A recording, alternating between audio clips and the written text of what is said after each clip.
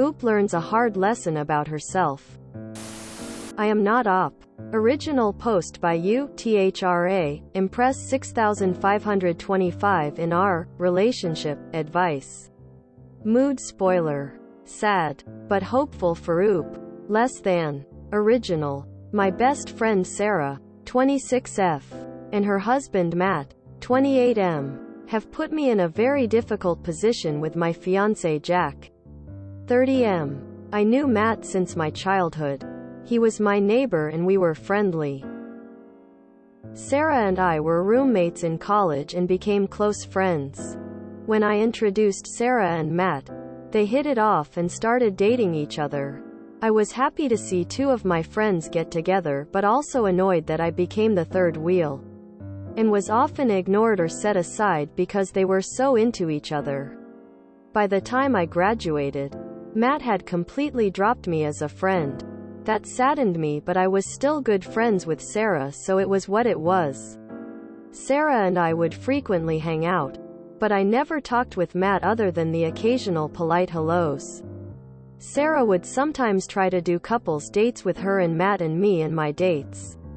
I found that Matt had developed an unpleasant personality and would frequently be rude and condescending towards me. However, he's a very devoted and loving husband to Sarah, so for her sake I ignored him. When my fiancé and I got engaged, we had no plans to do a party. Sarah was disappointed that we didn't throw an engagement party, so she organized a small get-together at her home to celebrate us. The party was nice, and as things were winding down, my fiancé and I went to thank Sarah and Matt for their sweet gesture before we took our leave. Matt was pretty tipsy by then, and out of nowhere he suddenly hugged me and in front of my fiancé said that he was so glad that I was finally settling down and he is relieved that now I'll be over the crush I had on him. I was shocked and told him that wasn't true. He just laughed and told Jack that I was always chasing him and he had to work hard to keep me away. I dragged Sarah in and asked her to please fix this mess, and she was all like, "Oh, he's drunk. Ignore him," and says, "You know I always trust you. I know you wouldn't act on your crush." Jack was pretty pissed by this point and he walked out. I ran after him and tried explaining that this isn't true, but he told me he doesn't want to be anyone's second choice or their backup plan. Since that night he isn't talking to me or returning my calls. I have talked to Sarah multiple times to clear things with Jack, but she's brushing me off. I don't understand why they believe this or why she'd stay friends with me if she thought I was into her husband. I was in her wedding party and did all the work because her sister, who was the mo, was too busy. I have helped her through her pregnancy and have babysat her kid so many times. She never gave me any indication she thought this, and why would she want me close to her family if she believed this? I feel humiliated that these people think I was pining away for a jerk like Matt. I need help in convincing Jack this isn't true. I am also mad at him for throwing away our relationship over what some drunken idiot said. I don't know what I am going to do about my friendship with Sarah. Update. I talked to Sarah again and asked her first of all why she'd think I had a crush on Matt. She said that when I first introduced them I had talked up Matt and gushed about him, and she took that as me being into him. I said I was fond of him since I've known him for a long time, but that doesn't mean I want to be with him. She said when they started dating I was often upset about it. I said I wasn't upset about their dating. I was upset that she'd make plans with me and then leave me to be with him, and when we were all together I didn't enjoy being the third wheel while they ignored me. That had nothing to do with wanting him and more to not liking being left out by my best friend. I asked her why she hadn't said anything before, and she explained that she could manage the situation. She had asked Matt to stop talking to me completely, and she engineered situations so there was little chance of us socializing with each other. I asked her, now that I have explained that I never had a crush on Matt, can you please talk to Jack and tell him? She said she didn't want to lie. This frustrated me immensely. She could ignore this imaginary crush for years and manipulate me, but won't talk to my fiancé to help my relationship. I told her I was done being her friend.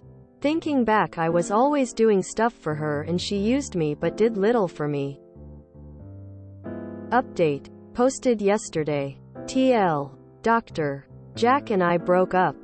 I wrote a long letter to Jack explaining the entire history of my relationship with Sarah and Matt with the recent screen caps. I asserted as best as I could that I had never pined after any guy and I loved him and he was my only choice. After days of silence, Jack agreed to talk to me. We met and he said that he sees two ways of interpreting this situation. 1. Matt and Sarah are right and he doesn't want to be my second choice. 2. They are malicious people who are messing with me and that shows very poor judgment on my part. That I'd have a best friend like this and he doesn't want that quality in a life partner. Either possibility leads to the same conclusion, that he wants to call off the engagement. He reminded me that I had represented Sarah as one of the most important people in my life. I'd jump up and help her all the time. I had once cancelled plans with him to take care of her kid when the baby was sick.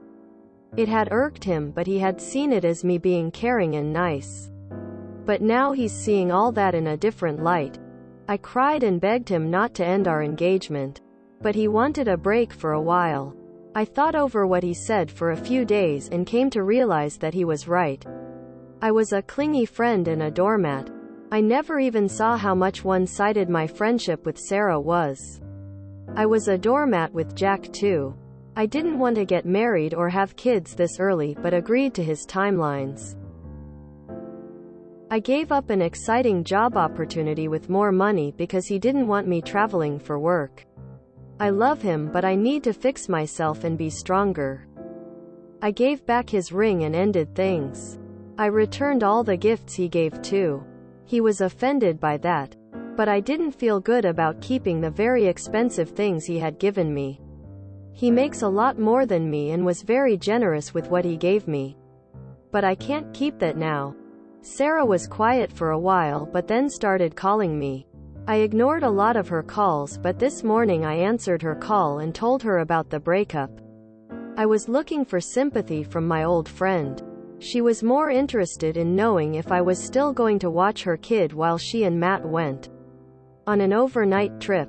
She got pretty angry when I said no. I have blocked her now. I have lost my fiancé, my best friend, and my relationship with my nephew whom I adored. All in one go. But still, I am thankful for the comments that showed this wasn't something I could fix and helped me rip off the band-aid and walk away from this mess. Even ignoring all the backstory. Imagine telling your best friend, my fiancé and I broke up. Sorry, I can't watch your kid right now, and them getting angry about it. Add in the, we broke up because of you, and that makes it 100x worse. 10 years from now, Oop is going to be so relieved that she got rid of all of them. Poor Oop. I've seen it before. But if you act like a doormat person, then you find yourself with people willing to take advantage of you. I hope she can work on herself and stand up for herself in the future. Ew, Sarah. I think she just loved having Oop around, who she thought wanted her life. Probably told Matt, she's so in love with you, but look, I am so much better and she's so pathetic. Some people are like this. It's not about winning.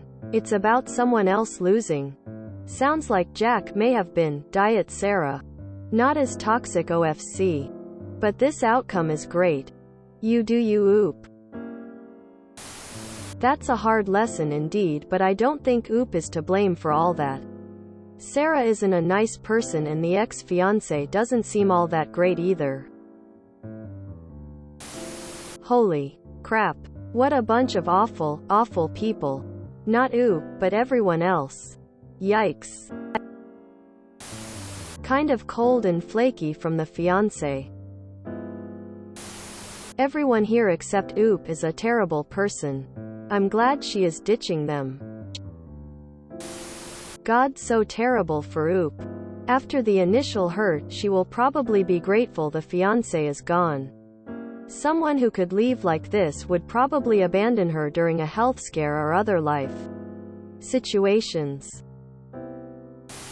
My take is that Sarah liked thinking that Oop had a crush on Matt and that she'd somehow won a battle by being the one that Matt chose.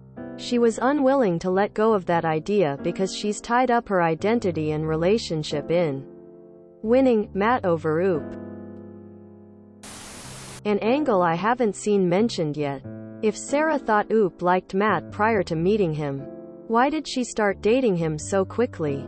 If she really felt that way, she's an even bigger off for pulling that.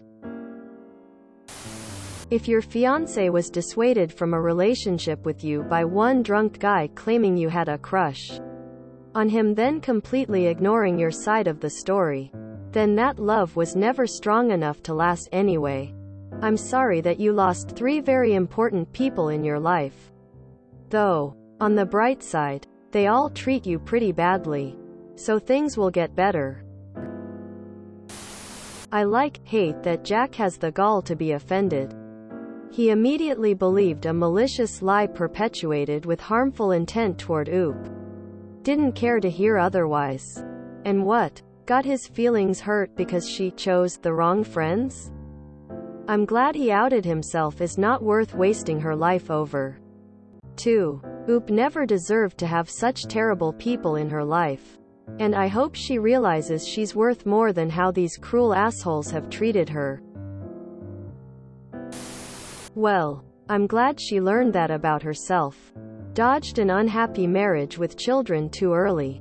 And got herself out of a bad friendship all in one fell swoop. I guess there are growing pains when you grow as a person. It sounds like Oop is better off without all of these people in her life. Though I am slightly confused as to what Matt thought was happening. Did he think she had a crush, distance himself, or did his wife manipulate the situation into breaking their friendship apart? He seemed relieved she moved on and he got his friend back. I hope she has the opportunity to go back to the job offer she turned down. Or takes the chance to pursue something she would enjoy. It sounds like she lives for other people and needs to get a boundaries and be her own interests. O and C. A spine. I hope Oop rises stronger from this biceps life lessons learned. Oop needs to figure out who she is before she decides who she marries. I'm very happy this ended for her sake. As soon as he stormed out because she might have had a crush on someone else, I knew it was over. That kind of jealousy is toxic and she deserves better from a partner. His loss, not hers.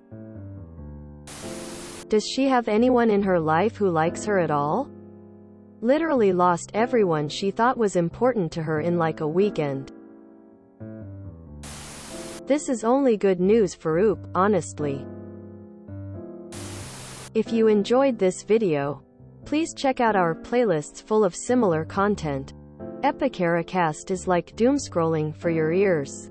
Please like, share, and subscribe.